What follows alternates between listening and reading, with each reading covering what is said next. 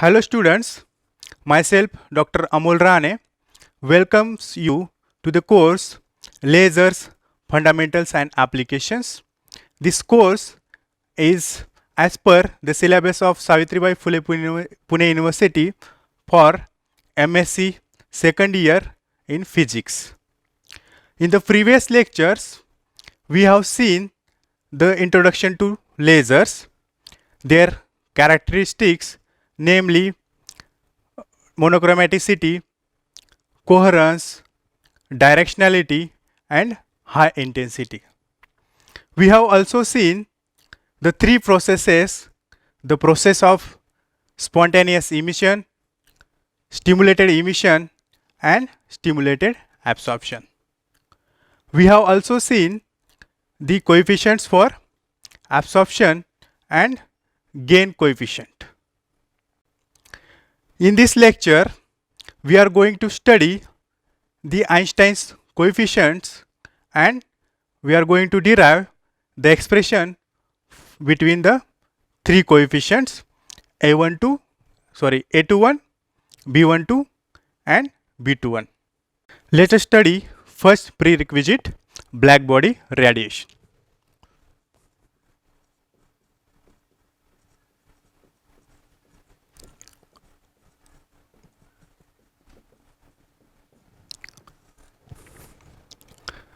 When the electromagnetic radiation is in isothermal enclosure or a cavity is in thermal equilibrium at temperature T, the distribution of spectral energy density rho of nu d nu contained in a bandwidth d nu is given by Planck's law. So according to Planck's law, this rho of nu d nu is equal to 8 phi nu square d nu upon c cube h nu upon e raised to h nu upon kt minus 1, where the rho of nu d nu is the spectral energy density per unit frequency, k is the Boltzmann's constant and c is the velocity of light. The distribution of spectral energy density with respect to the frequency nu can be seen like this. So this is nu is the frequency and this spectral energy density. So this energy density vanishes at nu is equal to 0 and when nu tends to infinity, and it has a peak, and that peak depends on the temperature. So for different temperatures we have different peaks. So this is, let us say, for 1500 Kelvin this peak is there. This is for temperature 2000 Kelvin and this is for temperature 2500 Kelvin. Let us consider another prerequisite, Boltzmann's statistics.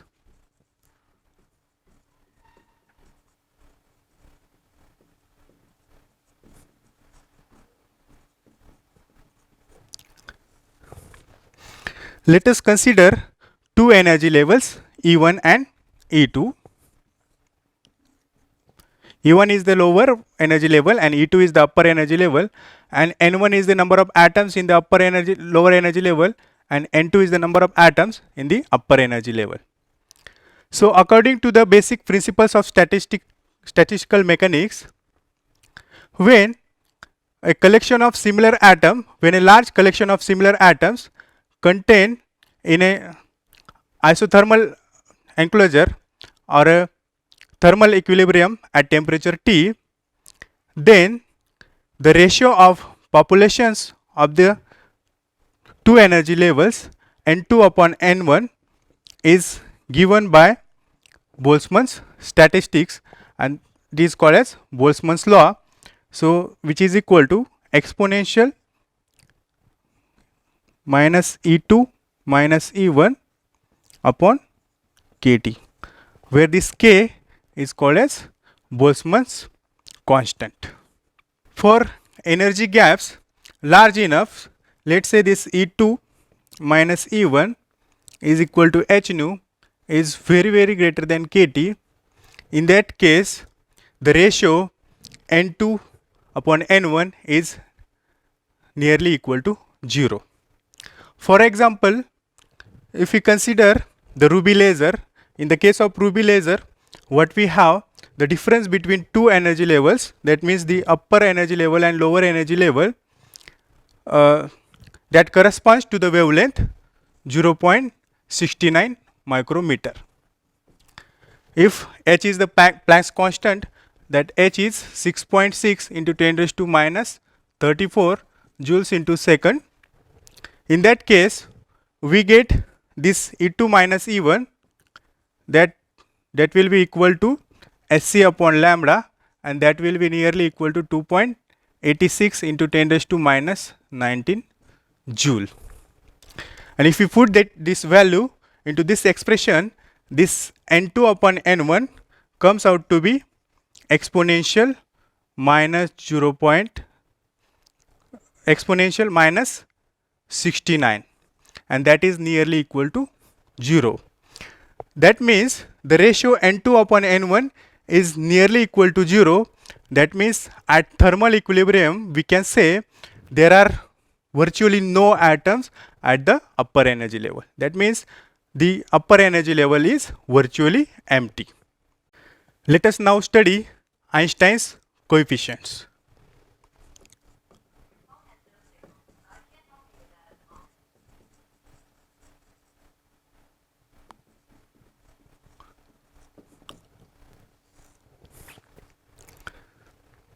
Let us consider two energy levels. Lower one is E1 and upper one is E2.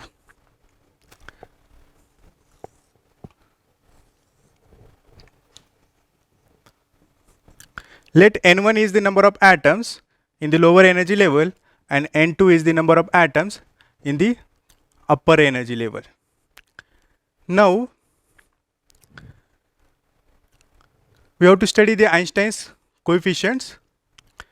Now, let us consider an atom which is in the lower energy level, and when a photon incident on this atom absorbs this photon and it goes to the lower energy level to the upper energy level. So in this process, one photon is absorbed by the atom and we call this process as absorption process. So the number of atoms per second that are absorbed by the atom is given by, so this dN by dt. So it is absorption, number of atoms per unit per second that are absorbed, that absorbs the photon. So the number of atoms that are going from lower energy level to the upper energy level, and that is depend on the population of lower energy level. It is depend on the rho of nu. So rho of nu is the spectral energy density of incident radiation, and it depends on some constant. So let us say this constant is B12. So this constant contains all the properties of these two states, E1 and E2. So this constant is called as Einstein's coefficient. So it is called as Einstein's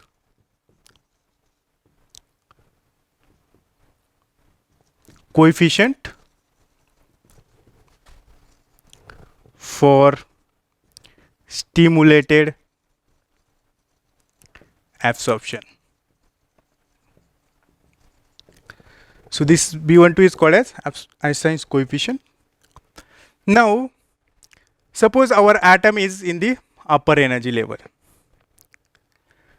The atom in the upper energy level falls back to the lower energy level spontaneously, emitting a photon of energy h nu or frequency equal to nu.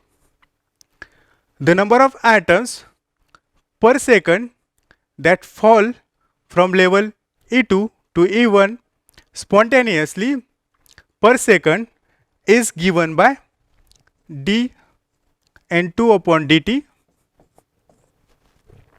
So it is, let's say, spontaneous process. So it depends on the number of atoms, so that means the properties of excited state, and so the number of atoms in the excited state is N2. So the atom is coming to the lower energy level by spontaneous process. That means there is no interaction with the external radiation, and therefore it is independent of this rho of nu. So it is also depend on some constant, and that constant we call it A21, which has the properties of, which contain the properties of these two levels E1 and E2. So the constant A21 is called as Einstein's coefficient for spontaneous emission.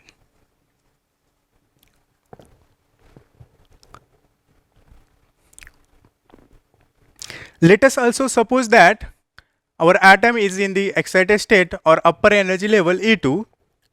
An atom, a photon incident on this atom. This incident photon triggers this atom to fall back to the lower energy level.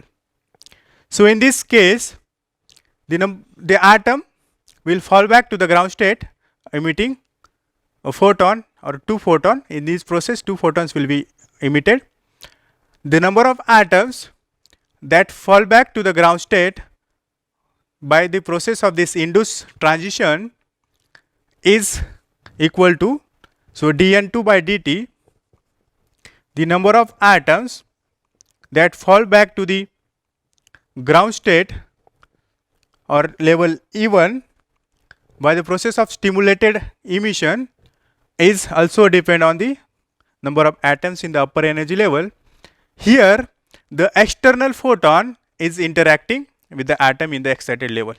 That means it is depend on the density of the incident radiation. So it is depend on the rho of nu. It is also depend on the properties of two levels E1 and E2. So the properties of two levels, they are contained in constant B21. So this constant B21 is called as Einstein's coefficient for stimulated emission.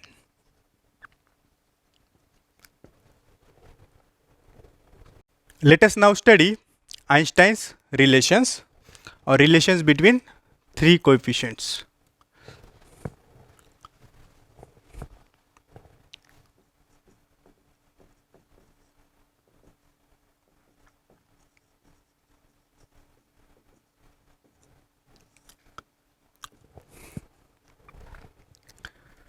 When the system is in thermal equilibrium, the number of atoms that going from level E1 to E2 must be equal to the number of atoms that are going from level E2 to E1. So in this case, we can say the number of atoms emitting photons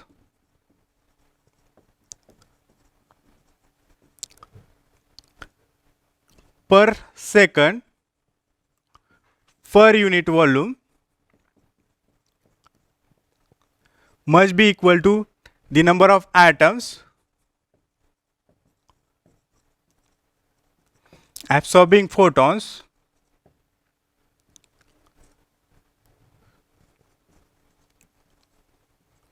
per second per unit volume. So we know the number of atoms emitting per second per unit volume, and that number is equal to dN2 by dt for the spontaneous process plus dN2 by dt for the stimulated emission process, which is equal to the number of atoms absorbing photon per second, and that number comes out to be dN1 by dt. So this is absorption process. I can write, so this number on this side, let us say, so this number is dn1 by dt is given by, so it is depend on the properties of the lower energy state. So it is number of atoms in the lower energy state n1 into rho of nu into constant b12, which is equal to, so this quantity plus this quantity, so this quantity is n2 into a21 plus n2 into rho of nu into b21. If you solve for rho of nu, so it is equal to rho of nu into bracket, I can write n1 b12 minus this quantity n2 into b21 is equal to n2 into a21, right? So we can take this side, on that side, let us say this bracket on that side, so rho of nu is equal to n2 a21. So we can take this quantity in the bracket on this side, so I can write here, so that quantity is equal to rho of nu is equal to n2 into a21 upon the quantity into bracket n1 b12 minus n2 b21.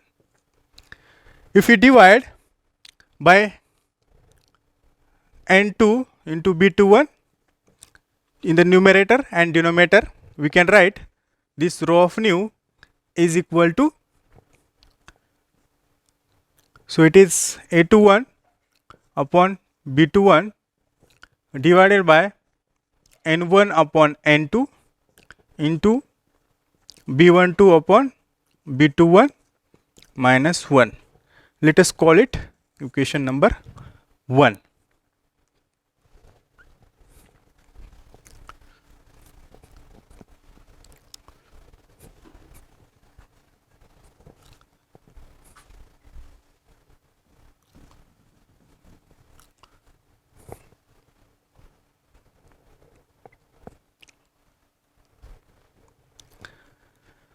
According to the Boltzmann statistics, n2 upon n1 is given by Boltzmann's statistics, and this is called as Boltzmann's law, so which is equal to exponential minus e2 minus e1 upon kt, where this k is called as Boltzmann's constant. If nu is the frequency of radiation interacting with the system, we can write E2 minus E1 equal to h nu. Therefore, the ratio n2 upon n1 becomes n2 upon n1 is equal to e raised to minus h nu upon kt. We can write n1 upon n2 is equal to e raised to h nu upon kt. Therefore, equation 1 becomes rho of nu is equal to a21 upon b21 divided by b12 upon b21 into e raised to h nu upon kt minus 1. So, according to Planck's law, the energy density rho of nu is given by 8 phi h nu cube upon c cube into 1 upon e raised to h nu upon kt minus 1. If we compare these two equations, we can write this a21 upon b21 is equal to 8 phi h nu cube upon c cube. We can write this b12 upon b21 is equal to 1, that means this b12 is equal to b21. So, let us call it equation number 3 and equation number 4. These two equations are called as Einstein's relations between its coefficients a12, a21, b12 and b21. We can draw some of the conclusions from this. First one, is the B12 is equal to B21. That means the probabilities that the atom falls back to the ground state from the excited state is equal to the probability that atom goes from lower level to the upper energy level. That means this stimulated emission does occur in the system. Another conclusion we can draw, the ratio of probabilities A21 upon B21 is equal to, or we can say the ratio is directly proportional to nu cube. So the ratio is proportional to nu cube, that means third power of the frequency. That means when the energy difference between two energy levels increases, right? That means the frequency is increasing. In that case, the spontaneous emission increases, or the ratio of spontaneous emission to the stimulated emission will be more. And because of this property, we cannot use high energy radiation, or let's say high frequency radiation, and we cannot stimulate the process of or the, we can say, the population inversion condition we cannot achieve there. In the case of X-rays, it is very difficult to achieve the condition of population inversion. And third conclusion is that all we need to know the any one of the three constant to find the other. So in this today's lecture, we have studied the prerequisites, black body radiation, the black body radiation formula or Planck's formula. We have also studied the Boltzmann's distribution, or the distribution of the population between two energy levels. We have also seen the Einstein's coefficients A21, B12 and B21. We have also derived the expression or the relation between three coefficients A21, B12 and B21. In the next lecture, we will study the threshold condition for lasers. Thank you.